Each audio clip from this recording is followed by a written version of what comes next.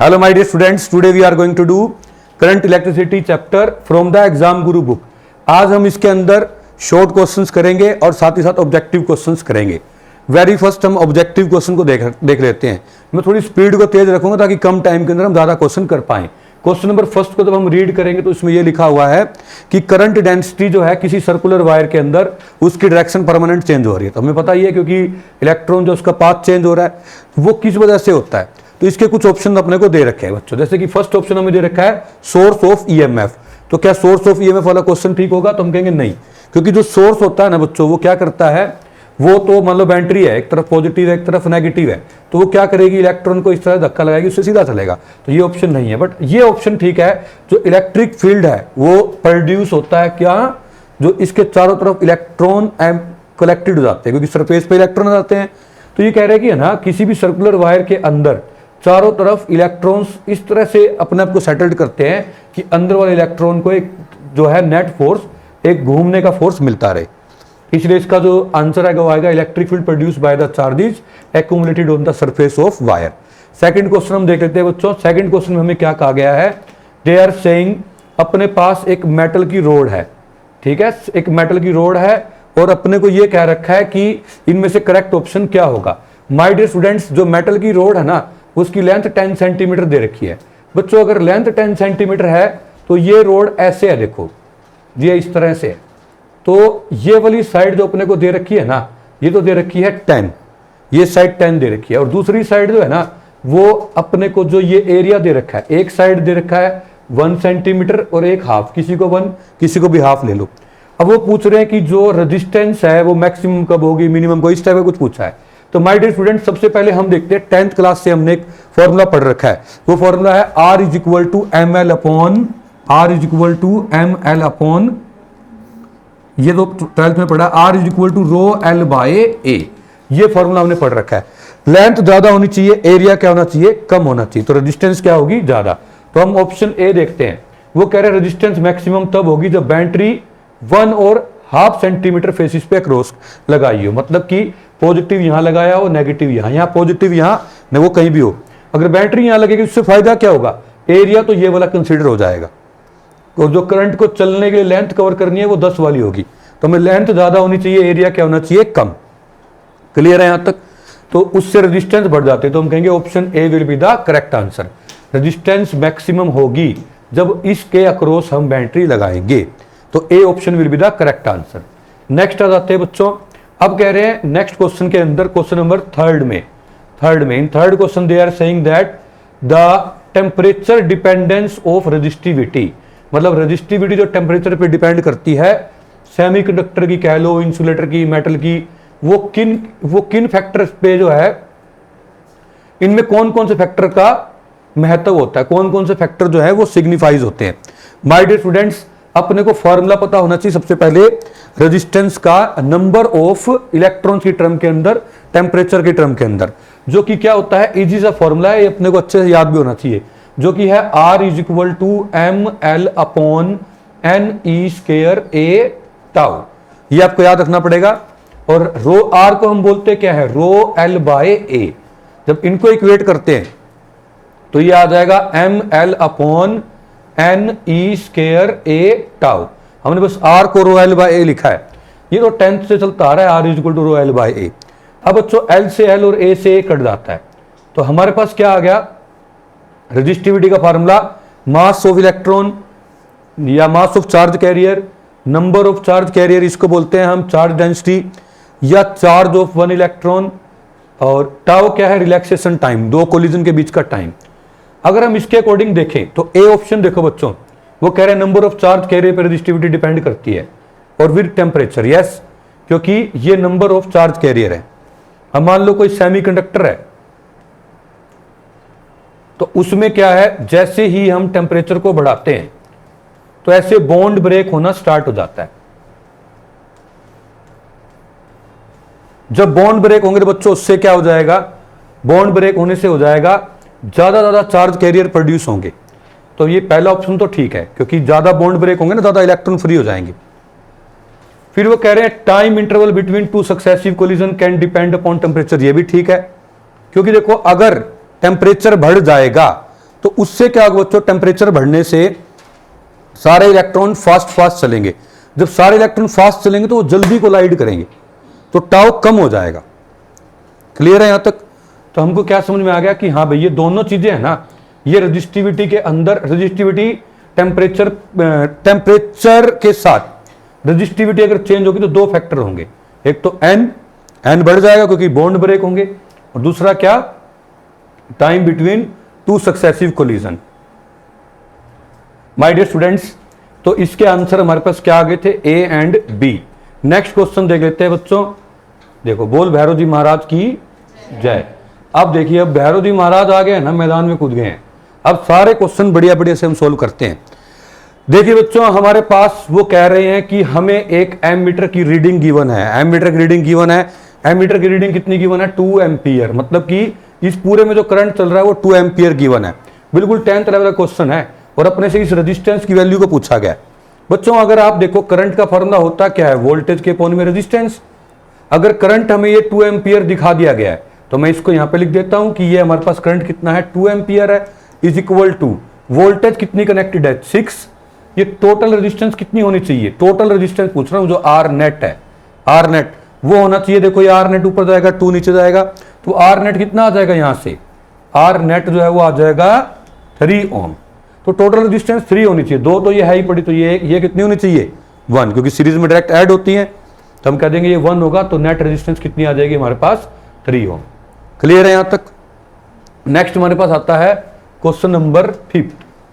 My dear students, they are saying हमारे पास 2 resistance हैं, एक R1 और एक R2, और एक 4 ओम है और एक 6 ओम है। वो अपने को कह रहे हैं कि कनेक्टेड इन पैरेलल, और पैरेलल के अंदर लगी हुई हैं दोनों ये। तो अपने को बताना है रेशो ऑफ पावर डिसिपेटेड कितनी होगी। माय डियर स्टूडेंट्स, पावर के फॉर्मूले होते हैं हमारे पास। पावर का एक फॉर्मूला होता है, एक तो होता है देखो I²R, और एक होता है V²/R।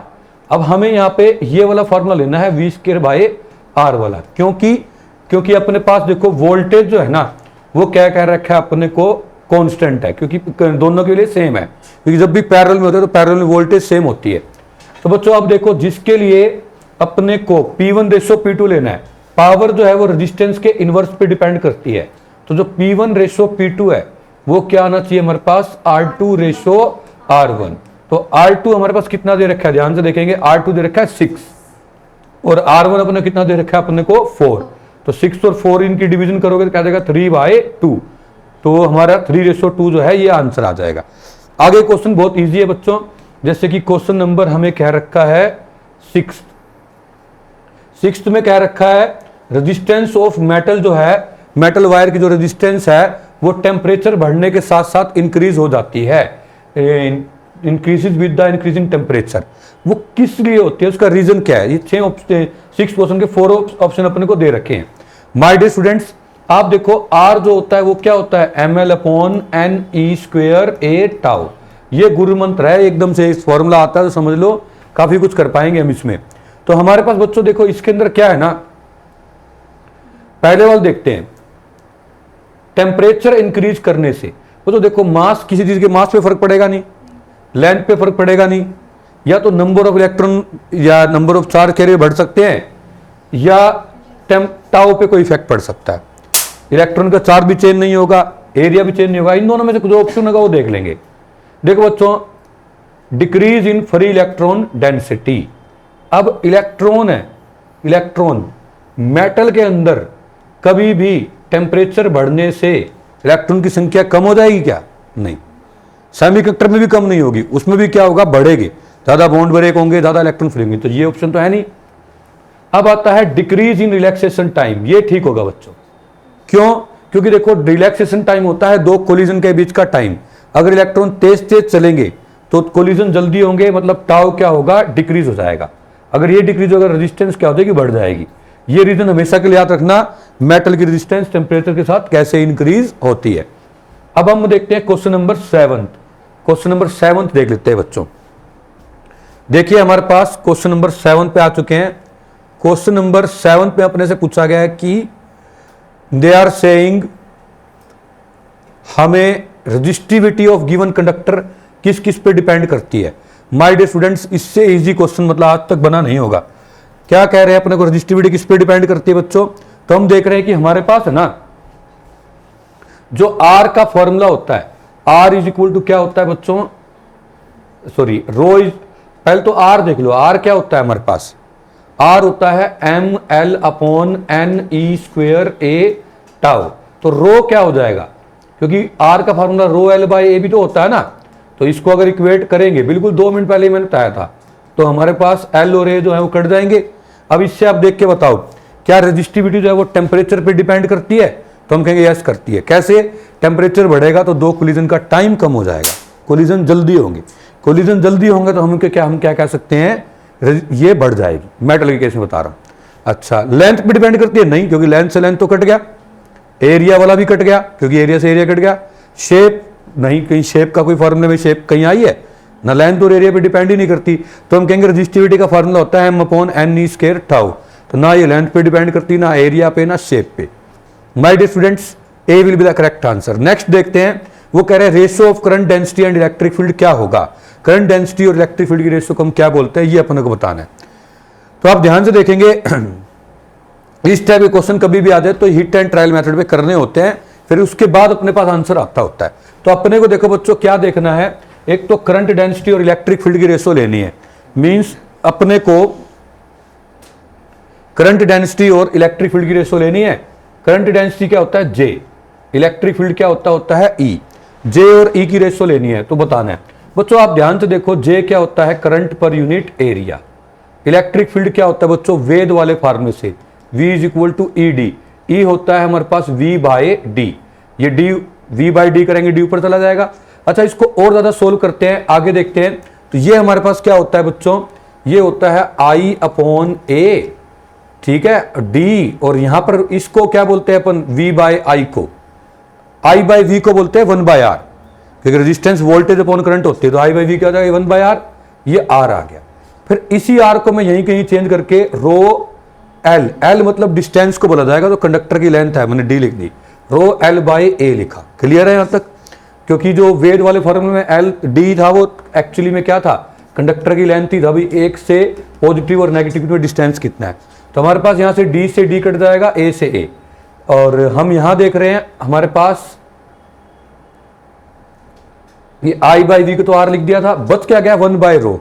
1 बाय रो को हम क्या बोलते हैं, कंडक्टिविटी। तो हमारे पास आंसर आ जाएगा इसका बी। नेक्स्ट क्वेश्चन हम देख रहे हैं, वो कह रहे हैं कंडक्टिविटी ऑफ मेटल डिक्रीज करती है टेम्परेचर के इंक्रीज करने पे किस फार्मूले से। तो बच्चों अभी मैंने फार्मूला बताया आपको, ये रो का फार्मूला, इसका उल्टा करो, कंडक्टिविटी बन जाएगा सिग्मा, जो कि क्या बन जाएगा, N E square tau by N. तो आप देखिए बच्चों, जैसे फर्स्ट ऑप्शन में क्या रखा है, पहले तो क्वेश्चन समझते हैं, कंडक्टिविटी डिक्रीज होती है टेम्परेचर के इंक्रीज होने से। तो फर्स्ट ऑप्शन क्या रखा है, डिक्रीज इन नंबर डेंसिटी। बच्चों अगर देखो टेम्परेचर बढ़ने से ये कम होता तो ये भी तो कम हो जाता, लेकिन उस टेम्परेचर बढ़ने से मेटल के केस में इलेक्ट्रॉन की संख्या पे कोई असर नहीं पड़ता, ये ले नहीं सकते।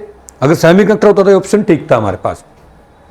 अब बच्चों हमारे पास क्या होता है, अगला ऑप्शन देखते हैं। वो कह रहे हैं डिक्रीज इन रेजिस्टिविटी, टेम्परेचर बढ़ने से रेजिस्टिविटी डिक्रीज होती है। ये रीजन नहीं है, ये रीजन है सी। सी एक्यूरेट रीजन है। क्या रीजन है सी? वो कह रहे हैं जब टेम्परेचर बढ़ेगा तो दो कोलिजन का टाइम क्या हो जाएगा, कम हो जाएगा। दो कोलिजन का टाइम कम हो जाएगा तो हमारे पास क्या हो जाएगा, कंडक्टिविटी भी कम हो जाएगी। तो यही आंसर है। देखो टेम्परेचर बढ़ने से क्या होगा, कंडक्टिविटी डिक्रीज क्यों होगी टेम्परेचर बढ़ने से, क्योंकि रिलैक्सेशन टाइम डिक्रीज हो जाता है। नेक्स्ट बच्चों 2 3 क्वेश्चन रह गए इसके, अभी ये खत्म कर देते हैं साथ साथ। हमारे पास हमें कह रखा है क्वेश्चन नंबर 10 में, क्वेश्चन नंबर 10 देख लेते हैं बच्चों। 10 में देखिए हमें ये कह रखा है कि दो अनइक्वल रेजिस्टेंस हैं और कनेक्टेड हैं सीरीज में अक्रॉस द बैटरी। देन अगर दो अनइक्वल रेजिस्टेंस और सीरीज में करंट सेम रहता है तो ये तो गलत हो गया, क्योंकि वो कह रहा है करंट स्मॉलर रजिस्टर में लार्जर, गलत हो गया। सीरीज में वोल्टेज अलग अलग होती है तो ए ऑप्शन गलत हो गया, क्योंकि कह रहा है वोल्टेज दोनों में सेम है। अगर दो रेजिस्टेंस सेम हो बच्चों, मान लेते हैं कि हमारे पास दो रेजिस्टेंस हैं और ये अलग अलग हो तो, और अगर करंट सेम हो तो जो ज्यादा बड़ी रेजिस्टेंस होगी उसमें वोल्टेज क्या होगी, ज्यादा ड्रॉप होगी। तो हमारे पास क्या समझ में आ रही है, सी ऑप्शन करेक्ट है। देखो potential difference across the bigger resistor is greater, क्योंकि V is equal to I R formula है। करंट सेम है, जिस रजिस्टर की रेजिस्टेंस ज्यादा होगी उसमें वोल्टेज क्या होगी, ज्यादा ड्रॉप होगी। तो C option will be correct. वो कह रहे हैं इनमें से negative temperature coefficient of resistivity क्या किसका होता है। नेगेटिव का मतलब क्या होता है कि टेम्परेचर बढ़ने से रेजिस्टिविटी कम हो, तो हम कहेंगे मेटल की रेजिस्टिविटी तो बढ़ती है। अभी हम सभी क्वेश्चन में देख के आए हैं। सेमीकंडक्टर ऐसी चीज है, क्योंकि सेमीकंडक्टर में क्या होता है, नंबर ऑफ इलेक्ट्रॉन बहुत ज्यादा फ्री जाते हैं, बॉन्ड ब्रेक होते हैं, तो अल्फा जो है सेमीकंडक्टर के लिए नेगेटिव होता है। मेटल रोंग होगा, देखो उसमें मेटल आ गया, ये भी रोंग, इसमें भी मेटल आ गया, ये भी रोंग, इससे भी हम आइडिया लगा सकते थे। फिर वो 12th क्वेश्चन जो है, आई थिंक ये लास्ट क्वेश्चन है। इस 12th क्वेश्चन देखो बच्चों, अपने क्या क्या रखा है, रेजिस्टेंस का इन सब के साथ क्या रिलेशन है या क्या फॉर्मूला है जिसके अकॉर्डिंग हम रेजिस्टेंस निकाल पाएंगे। तो डायरेक्ट फॉर्मूला है ml/n/e²a टाउ। आई थिंक एक दो क्वेश्चन और हैं, वो देख लेते हैं अब हम। माय डियर स्टूडेंट्स, अगला देखते हैं। नेक्स्ट हमारे पास है क्वेश्चन नंबर 13। ये ऑब्जेक्टिव क्वेश्चन का लास्ट ही है। 13 क्वेश्चन में ये कह रखा है कि नेट इक्विवेलेंट रेजिस्टेंस निकालो। नेट इक्विवेलेंट रेजिस्टेंस बच्चों जब भी ऐसे शॉर्ट सर्किट कर रखा हो ना, तो देखो करंट यहां से जाएगा, वो इधर से आ जाएगा। अगर आपको एग्जांपल के तौर पे समझना हो, मैं कह दूं कि मान लेते हैं कि मेरे पास इस तरह से ये बल्ब दे रखा है, ये अपने को एक बल्ब दे रखा है, और यहां मैंने बैटरी लगा दी, ये एक पॉजिटिव है और एक ये नेगेटिव है, यहां पे मैंने बैटरी लगा दी। तो माय डियर स्टूडेंट्स, इसमें देखिए क्या होगा, क्या ऐसा हो सकता है कि जब हम ऐसे बैटरी लगा दें, यहां से वायर को डायरेक्ट कनेक्ट कर दूं, तो अब करंट को क्या मिलेगा, रास्ता मिल जाएगा, यहां से जाके वो सीधा ही चला जाएगा, वो ऊपर से रेजिस्टेंस में तो क्या हो जाएगा, जहां कम रेजिस्टेंस होती है करंट वहां से चल जाता है, ठीक है ना। तो सारा करंट इधर से जाके ऐसे घूम के इसमें चल जाएगा, बस ऊपर से जाने का रास्ते में जाएगा नहीं, क्योंकि जहां पे ज्यादा, अब इसके पास करंट के दो रास्ते हैं, आगे जाएगा इधर, वहां तो रुकावट है, एक रेजिस्टेंस है, सारा करंट यहां से। इसको शॉर्ट सर्किट बोलते हैं बच्चों। शॉर्ट सर्किट कर रखा हो किसी रेजिस्टेंस को तो उसको हटा देते हैं। अभी दोनों एक ही वायर के अंदर दो रेजिस्टेंस लगी है, तो ये सीरीज में, कईयों को लगता है ऐसे ऊपर नीचे तो पैरेलल होगी, तो ऐसा नहीं होगा। पैरेलल होती ना तो दोनों एंड कॉमन होते हैं, मतलब दोनों का ऐसे पॉजिटिव भी और ये एंड भी कॉमन, तो पैरेलल बोलते हैं। अभी फिलहाल ये सीरीज में है, और सीरीज के लिए बच्चों हमारे पास नेट रेजिस्टेंस कितनी होगी, R और R 2R। अभी तो नेक्स्ट वीडियो के अंदर हम इसमें करेंगे इसके very short questions. Thank you so much.